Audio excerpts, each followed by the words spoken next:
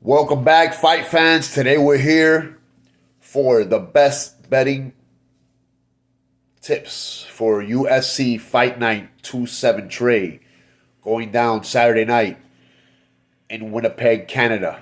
All right? Not the breakdown, not the winners and losers, just the best betting predictions and outcomes here. Let's kick it off with the first fight. Jamie Siraj versus John Yanis. I want to say that this fight will at least go to the second round, but Jamie Siraj does have a clear path of winning here, and that's a takedown and wrestling. And after seeing John Yanis' last performance last year against Bashi, I would hope that he corrected his mistakes on the ground that led him to the unfortunate quick out. But with Jamie Siraj being at home, making his UFC debut, guy's a pretty good fighter. So I think the safe bet here is for us to go with just Jamie Siraj on the money line. All right, so let's go with Jamie Siraj winning. John Castaneda versus Mark Vologden. This fight would definitely, I'd say it's going to go at least, we're going to see half a fight here because, Mark is making his UFC debut, and John Castaneda is not known to, he does have 7 first round finishes, but lately he hasn't been so much of a quick striker to start the fight. So I would say that this fight's gonna at least go to the second round, maybe even a round and a half. But just to be safe, it makes the second round. All right. J.J. Aldrich versus Jamie Lynn Horth. Jamie Lynn Horth is at home. None of these girls are really killers out here. This fight will probably play out the way we think it is. So let's just say that it depends on how sure you want to be. I say it's going to go the distance. The money line says it's going to go the distance. I think it's at yeah. If it doesn't, and you play the not going the distance card, you're going to make a lot of money. But I would venture to say that this fight is going to go all 3 rounds. And J.J. Aldrich can pull it off, and good for her. But, the judges and the fans are on JLH side, and that's probably how it's going to go. So let's say that this fight goes at least pretty deep. I'll say at least second or third round. All right, next we got Mitch Raposo and Alan Nascimento. Mitch Raposo could stun everybody here and pull a decent comeback. He did win his last fight, but it was against Maxim, and it was by decision. So that's not very impressive. Nascimento's tough, man. He's a veteran. He's game. He's gonna come to finish. He has more weapons. But let's say it goes at least to the second round, and then once it gets to the second round and Allen goes back to his corner, they'll probably have a way for him to put on the finishing touches, maybe late second round, but I would say at least it lasts at least to the second round. Okay, Melissa Croden and Iron Lady.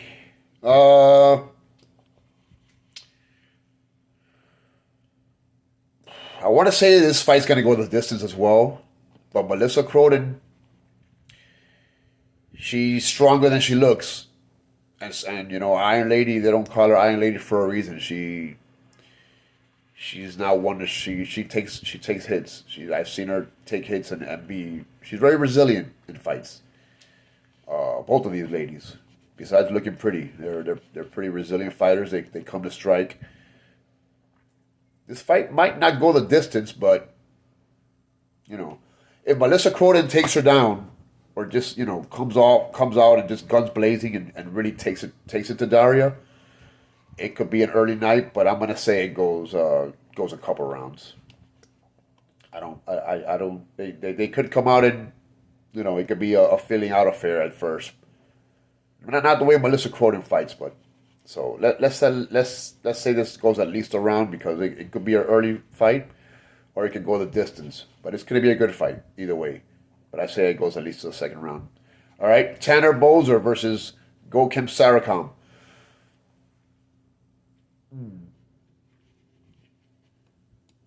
Another Canadian, eh? Hasn't fought in a while. I don't like that. Boser, he's known to take fights deep. He's fought higher talent, and he's known to take fights deep, even though he shouldn't. And there's guys that even his losses, most of the fights have gone significantly long for a heavyweight.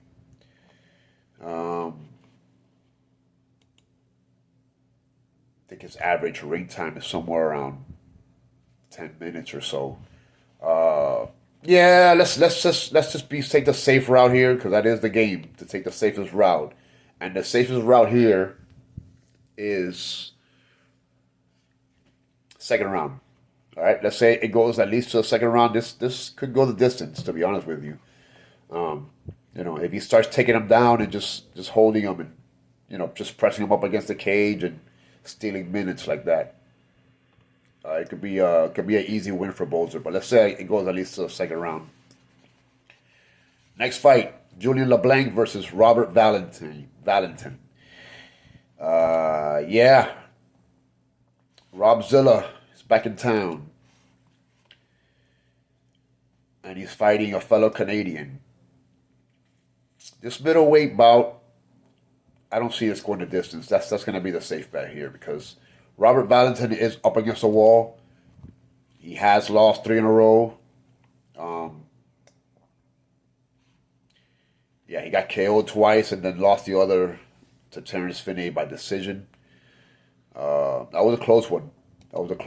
Some people had Rob winning that one, but sucks for him that the judges they weren't in his favor on that night. And they're not going to be in favor of him this night since he's fighting a fellow Canadian. And right before the main card starts, he's going to come out there guns blazing. And so is Julian LeBlanc. He doesn't really go the distance as well. So it's a no-brainer here, guys. This fight is not going the distance. And that's your wrap-up of the prelims. On to the main card. Denis Buzakja versus Marcio Barboza. Yeah, I don't know how he's going to do it. I have a pretty good idea, but it's pretty safe to take Marcio Barboza here on the money line. Even though he is making his UFC debut here, I'm going to trust in him. I'm going to trust in him because he's from Brazil, and he has a pretty good overall record. He's only lost 2 fights. Yeah, let's take Ticado on the money line here. Let's not waste time. Let's not get cute. It is what it is. On to the next fight. Thiago Moises versus Gage Young. And I want to say that this fight is not going to go the distance, but it could. It could. Both guys are tough. Gage Young, like I said, he's growing confidence, growing with each fight. Thiago Moises is, trains with the fighting nerds. He's been around a lot. He's seen a lot. He's game. He's game. He's more well-rounded. But yeah, Gage Young could come out here and stun everybody and make a whole name for himself. He did win his last fight against Maheshate, so I mean he's no slouch. But let's just be safe. The safe route here is that this fight will at least reach the second round. That's not a promise, but But yeah, it could very well reach the second round, and that's going to be my safest bet for this fight. Next, Jasmine Jasdavicius versus Karine Silva. I'm interested in this fight. I'm interested in this fight because I don't think Jasmine loses at home, but not so fast. I just can't make that the safest bet here because she's fighting a killer. A killer, literally. That's her nickname, Karine Killer Silva. Yeah, both of these girls throw down. Jasmine's gonna want to finish because she's at home, and the crowd's gonna be on her side, and Karine, this is what she does. So it might be one of them takes one of them down, and then they reverse each other, and we'll see who ends up in a better position, or they can go out swinging and see who gets the best of it. As I look at these two girls and their average fight time in the UFC, Jasnavicius is almost 2.5 rounds, and Karine Silva's almost to 2 rounds. So she is more kill or be killed. It's the safest bet here is that this fight will reach the second round, and I'm quite sure of that. Unless somebody gets caught early and probably submitted. I don't see a KO here, but there could be a submission, but it's most likely going to go deep into the third round at least. But so let's just be safe and say that it reaches the second round. All right, next, Mandel Nalo versus Jai Herbert. The Black Country Banger is finally back. This guy's been away since he fought Taco Padilla at the beginning of last year. So yeah, he's fighting a guy that's well trained, well game. He's making his UFC debut, but when guys make their UFC debut, it's been one or two things. It's either they come out in a game ready to make a name for themselves, or they wet the bed. And I don't think this guy is gonna wet the bed. I think this guy's gonna come prepared. He's gonna listen to his corner, and he's 14-3 for a reason. The guy's good. The guy's well rounded.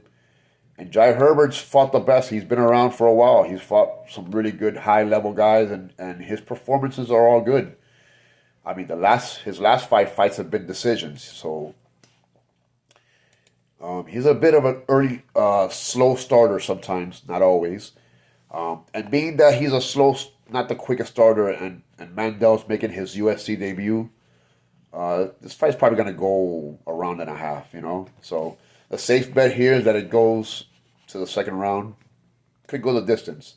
But things could pick up if it does reach the third round, and these guys could start swinging away, and somebody could get caught. So let's just be safe and say it's going to reach the second round. All right, on to the co-main event: Kyler Phillips versus Charles Jourdain. I see this fight going the distance, to be honest with you. Kyler hasn't fought. I'm trying to think of the last time he fought. Had to be sometime mid last year, probably. But yeah, he's known to go the distance in this fight.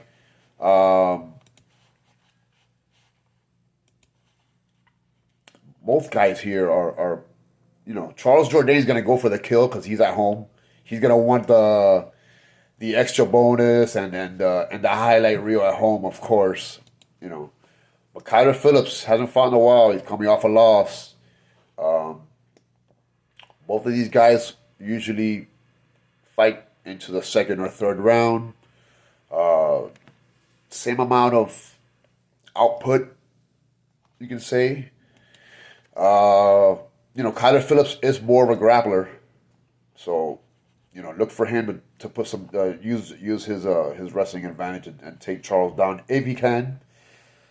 I know the crowd's going to be on Charles' side, so I mean this fight's pretty much going to go the distance. Both guys are, they're pretty good. None of them are really chinny, and none of them are really.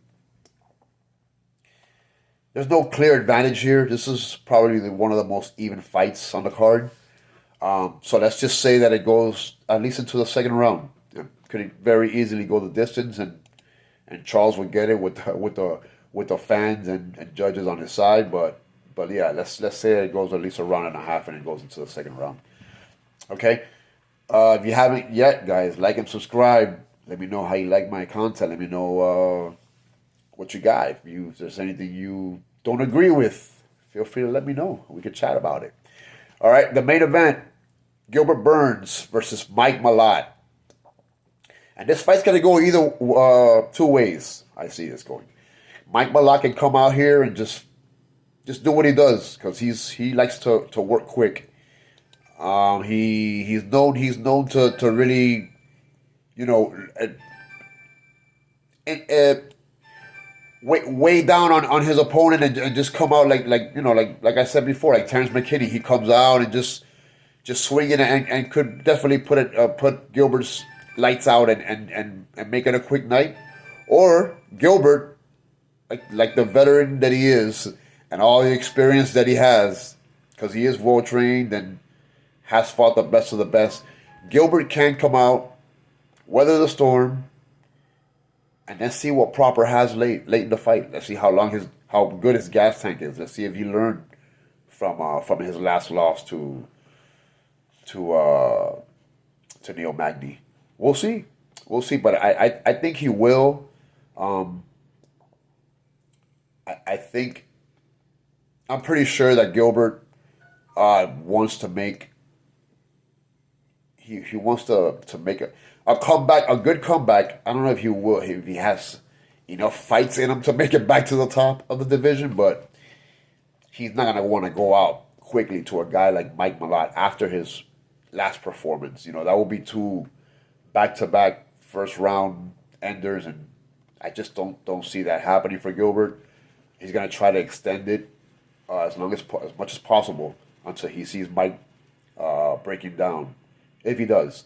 So, yeah, the safe bet here is that it goes at least into the second round. Let's at least give Gilbert that. And yeah, we'll see how it goes. We'll see how it goes. They could it'd be interesting if they're involved in a firefight to begin, and Gilbert gets the best of it. That would be interesting.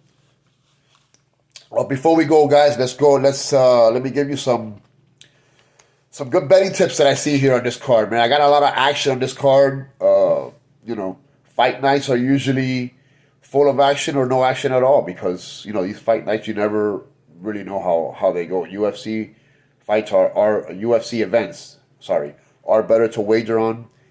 These fight nights are hit or miss, but this one feels like a good hit. I see a very good potential here. Man.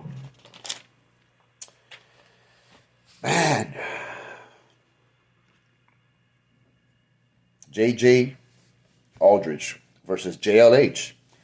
To not go the distance is plus 325. Like I said, the fight is most likely going to go the distance. But man, if it doesn't, if let's say JLH goes out there with the crowd behind her and she has an adrenaline dump and, tries to end it quick and doesn't get it. Come the third round, JJ has the advantage. Training in altitude. She could put it on her and steal it. Steal it late in the third or late in the second. Who knows? I'm thinking about that. That plus 325. That looks really good. I'm going to give you a scientific parlay, though. Scientific parlay.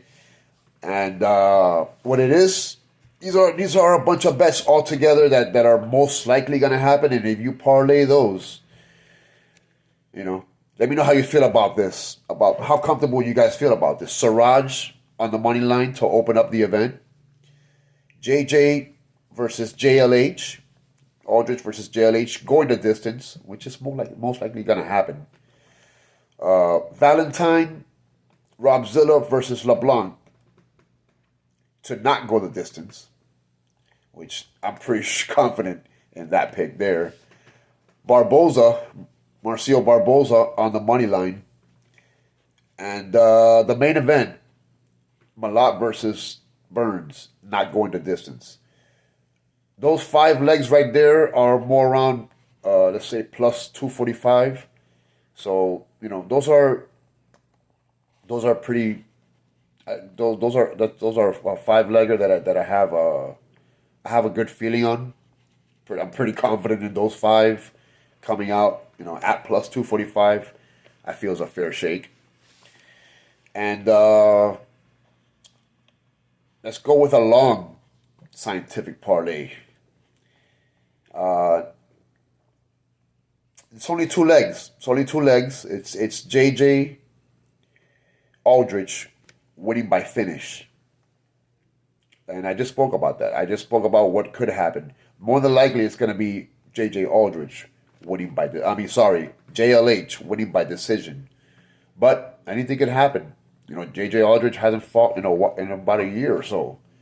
She could have been sharpening her tools and she could come back ready. And it's not totally out of it for her to win by finish, even though she's in enemy territory. You know, some people, that gets them going, that makes them better. So if she could pull out the upset and finish her, and then Burns can pull up the upset in the main event and finish MALOTT, because it could happen, folks. It could happen. Very unlikely, but it could. So those 2 legs right there, just those 2 are a plus 4650. I really like that. I think I'm gonna lay something on that because you know, it's there for the taking. So of course, none of this that I said is set in stone. Anything can happen. This is the UFC. This is MMA. This is sports. But take all that into consideration, and yeah, happy earnings, guys and gals. I'll see you next time. Have fun on Saturday. We'll see what happens in Winnipeg. Take care. See you guys next week.